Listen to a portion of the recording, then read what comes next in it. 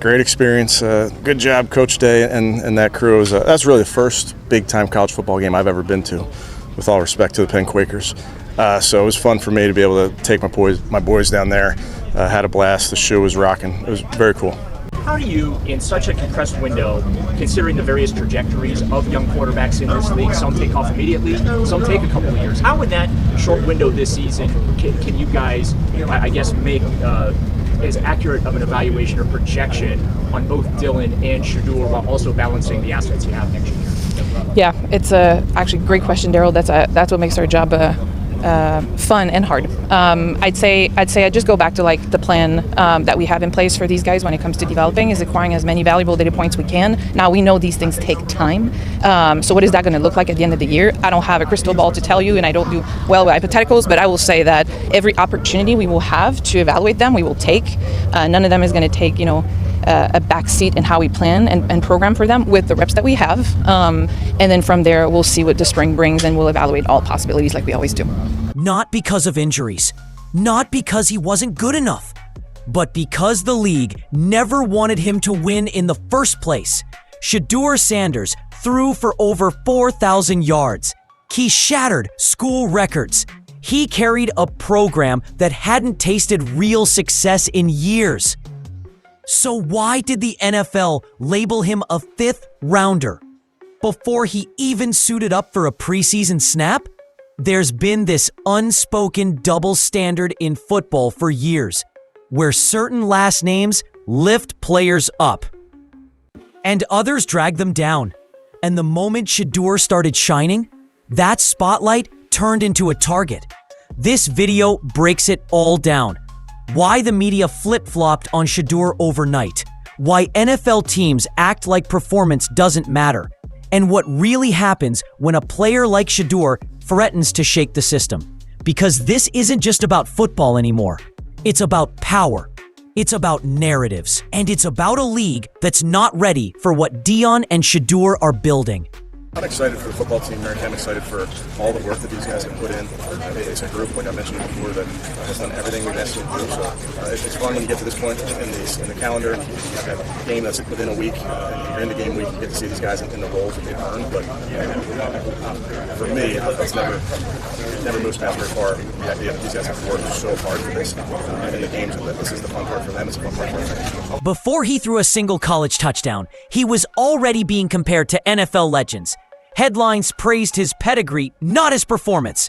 The moment he stepped on the field, the excuses were already in place. System issues, coaching changes, just needs time. But Shedeur Sanders? He throws for 4,000 yards, breaks school records, elevates a struggling program, and still, they say it's just hype. When Arch had a slow start, fans said, give him time. When Shedeur had a quiet preseason game, suddenly, he's not ready for the NFL. See the pattern?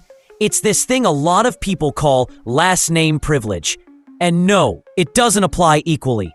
Arch is the golden boy from the first family of football, and Shedeur, despite having Deion Sanders as a father, is somehow still treated like an outsider. One gets coddled, the other gets questioned. You mean he hurt his chances that much? Why would they value the third game over the first game?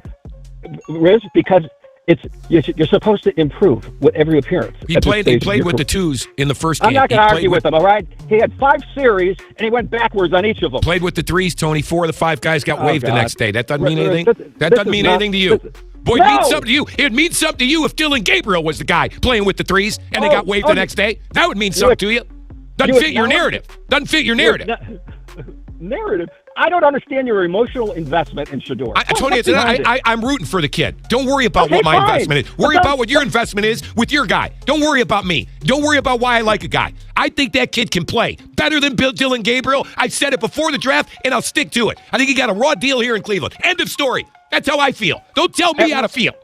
At which point will you admit, boy, was I wrong? Tony, it might be 10 years down the road because both these guys are going to be backups, honestly. I agree with you. I agree with that. But right now, Gabriel's better. Couldn't you see it? Didn't you guys watch Tony. the game? Yeah, Tony, yes. You asked me why I'm rooting for Shedeur because I like him. I'm sorry he's famous.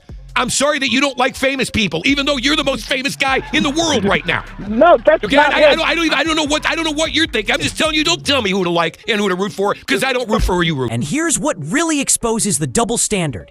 When Arch made headlines simply for not transferring, fans called it loyalty. But when Shedeur chooses to play through pain with a weaker team and under relentless pressure, the narrative becomes, he's not that guy. Make it make sense. The truth is, both players carry iconic last names, but only one gets treated like they belong. The other is being judged in real time, not by results, but by who people think he should be. And it raises the real question: when exactly did fans start grading players based on legacy instead of performance? Yes, Shedeur Sanders is Deion Sanders' son. No, that doesn't mean his success is handed to him. But the second Shedeur's star started rising, so did the whispers. It's just nepotism. He's only relevant because of his dad. And suddenly, everything he accomplished on the field stopped mattering. Funny how that works. If Arch Manning benefits from a legacy, it's called football bloodline. When Shedeur shows out, it's labeled favoritism. But here's the part that gets overlooked. Nepotism didn't throw for 4,000 yards. Nepotism didn't break over 100 school records. Nepotism didn't rank top 5 in Heisman votes. Talent did that. Work ethic did that. Somehow, people forget that Shedeur was dominating long before Colorado made headlines. At Jackson State, he put up numbers that demanded respect. Yet critics brushed it off. It's just an HBCU. Doesn't count. So when he did it again at the Power 5 level, there were still excuses pouring in. It's almost like the goalposts keep moving just to deny him credit. And the real reason? Power. When a player like Shedeur succeeds, it validates Deion, one of the most influential, polarizing figures in football. And that threat to the old system makes people uncomfortable. See, if Shedeur were a first-round pick, everything changes. He'd have leverage, media pull, influence. So painting him as a day 3 project keeps the system safe. Low expectations mean less pressure on the league to acknowledge he's legit. But let's be real. The 5th round label doesn't hide the truth. It only exposes who the league is trying to protect and who they're trying to bury. Shedeur isn't just playing against teams on Sundays. He's playing against a system that was never built to let him win. On paper, the Browns say the right things. They talk about developing young quarterbacks and giving everyone a fair shot. But let's not pretend this isn't political. Shedeur Sanders was brought in at the same time as Dillon Gabriel. But from day one, it's been clear who the Browns are backing. Gabriel gets the cleaner reps, the built-in excuses, the praise. Shedeur gets the scraps, third-string reps, media critique, and silence from the staff.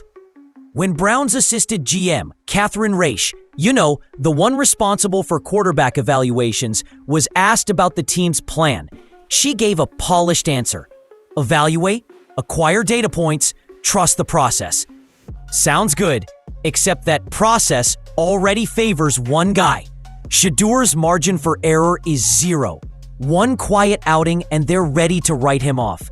Meanwhile, Gabriel can throw picks, fumble in the pocket, and still get framed as developing his rhythm. Let's call it what it is. Shedeur isn't being developed. He's auditioning for his job, his spot, his place in the league. And that window, it's closing faster than they're admitting. And here's the kicker. Had Shedeur been a first-round pick like he was projected just months ago, this wouldn't even be a conversation. He'd be the talking point. But as a 5th rounder, the team gets to experiment without commitment or accountability. That's not development. That's politics. And it's the kind every underdog in the NFL has to survive. Especially when your name doesn't open doors. It raises eyebrows. Just a year ago, the media loved Shedeur Sanders. Analysts couldn't stop praising his poise, his arm, his control. Guys like Dan Orlovsky were saying he was a first-round lock, and mock drafts had him going top 15. Fast forward a few months, and suddenly, he's a developmental project. A fifth-rounder at best. All because of anonymous scouts saying vague things like, he holds the ball too long, or his attitude's a little too confident. Really? That's all it took to bury him? It's almost like the media constructed a narrative shift. Not because Shedeur got worse, but because the hype got too loud for their liking. They can't handle a player who's confident, vocal, and not begging for approval. Especially not one carving his own path outside the traditional mold. The same voices that were celebrating Shedeur's breakout at Colorado are now the ones downplaying him. But they never explain it. Never admit the switch up. They just hope fans forget. And guess what? A lot of fans fall for it. They start repeating the talking points without realizing how manufactured they are. It's a classic move.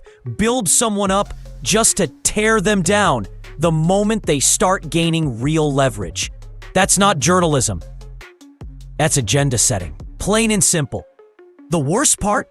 Shedeur's tape hasn't changed. His numbers haven't dropped off. If anything, he's held up under more pressure than any rookie QB in years. The media changed. Not because of football, but because Shedeur refused to play the humble, maybe I'm along role they love putting young black quarterbacks in. And that is when the flip truly began. In fact, he played clean. 0 interceptions, 0 fumbles, no game-crippling mistakes. Just fundamentals, poise, and control. Under chaotic conditions, most QBs wouldn't survive. But somehow, the story spun in the press was disappointing debut. Why? Because he played behind the threes, guys who got waived 24 hours later. No chemistry, shaky protection, receivers who couldn't separate. They sent him into battle with a plastic sword, then criticized him for not winning the war. Meanwhile, Dillon Gabriel, the other rookie QB in Cleveland, had a rougher outing. Turnovers, stalled drives, big mistakes. And the reaction? It's part of his development. They called it valuable experience.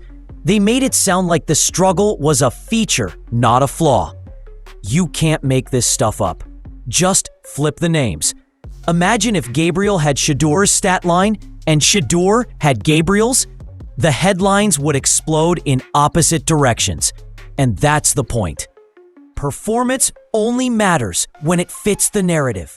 And in this case, the idea that Shedeur needs to be humbled or earn it the hard way is deeply embedded in how certain fans and media folks want to see him fail. Forget the film. Forget the numbers. If the belief is planted that he's not the guy, even perfect play won't shift it. They're not judging Shedeur Sanders by how well he plays. They're judging him by how uncomfortable his presence makes them. This isn't just about draft rankings or preseason reps. It's about control. See, first-round picks come with leverage. They get marketing deals, headlines, systems built around them.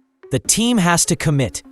But a fifth-round pick like Shedeur, they can stash him, gaslight his fan base, spin the narrative however they want.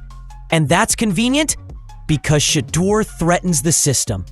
If he wins, it's not just victory for him, it's validation for Deion Sanders too. It proves that you don't need to follow the NFL's traditional path to make it. It proves the flashy, confident, unapologetic approach can actually work on the biggest stage. And if that catches on, the power dynamic in the league shifts forever. That's not something the gatekeepers are excited about. Because if Shedeur becomes a franchise guy, suddenly his voice matters. Deion's voice matters more. Black leadership in football becomes bigger than the surface-level titles they're usually given just to check boxes. Think about it. If Shedeur was taken in the first round, he'd be calling plays by now. Teams would be remodeling offenses to fit his strengths. Instead, he's being treated like a long-term project who needs humility before opportunity. That's not how you treat someone with his resume. unless keeping him in his place is part of the plan. Everything about Shedeur's journey, from Jackson State dominance to outperforming other rookies, points to someone who should be getting his shot. But the NFL knows that giving him power solidifies the rise of something they can't control, a culture built outside their traditional system. And that scares them more than any deep ball Shedeur could ever throw. Because this isn't just about what NFL teams or media pundits are doing. It's about how the fan base is reacting and overreacting. The truth is, Shedeur Sanders has become polarizing.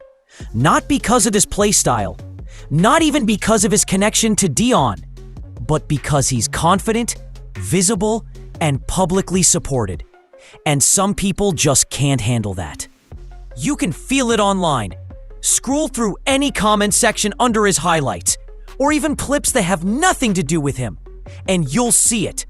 People looking for reasons to tear him down, saying things like he needs to be humbled, or he just thinks he's better than he is.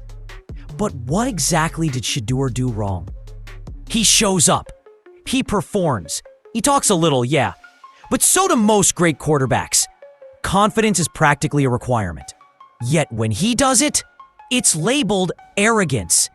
When others do it, swagger. Fans want to root for underdogs until the underdog starts acting like he knows he's talented. Then suddenly, they flip. Then it's, why is he so cocky? He hasn't earned anything. But here's the punchline. Shedeur earned more in 2 years than most quarterbacks do in 4. He's not just confident. He's delivered under pressure again and again. You'd think that would be the storyline. But instead, it's become a judgment of his character, his father, and even his supporters. When you have confidence and culture that don't apologize, especially in a league obsessed with tradition, it's easier for people to hate than to admit they're uncomfortable with change. So this isn't really a Shedeur problem at all. It's a projection problem. And it says way more about the critics than it ever has about him. So let's step back for a second. We're not just talking about throws, stats, or draft picks. We're talking about who gets believed in and who gets buried before they even get a chance. Because if Shedeur Sanders was just another quarterback with quiet confidence and no big-name connections, he might already have his system, his team, and his future mapped out. But instead, he has to fight narratives harder than he fights defenders. Why? Because what Shedeur represents is bigger than football. He represents a shift, a refusal to play the part, a quarterback who walks into the league with vision, personality, and more transparency than the NFL knows how to handle. He's the embodiment of visibility on his own terms, and that scares people. It shakes the media. It challenges old-school fans. It even makes front offices second-guess the unwritten rules they've lived by for decades. And that's why 5th round was never really about skill. It was about strategy. Because if Shedeur was taken in the 1st round, the league would be forced to lean into everything he brings. His commercial power, his cultural impact, and the growing influence of Deion Sanders as a legitimate force beyond the sidelines. But here's the irony. The more they try to label him a project, the more people tune in. The more they try to humble him, the more fans rise up. They can try to control the stage, but when someone lights up the room like this, you can't dim them forever. Maybe the league needed Shedeur to fail, but he's already proven he doesn't need their permission to succeed. The only question now is, what happens when the NFL finally has to face the identity it tried to suppress?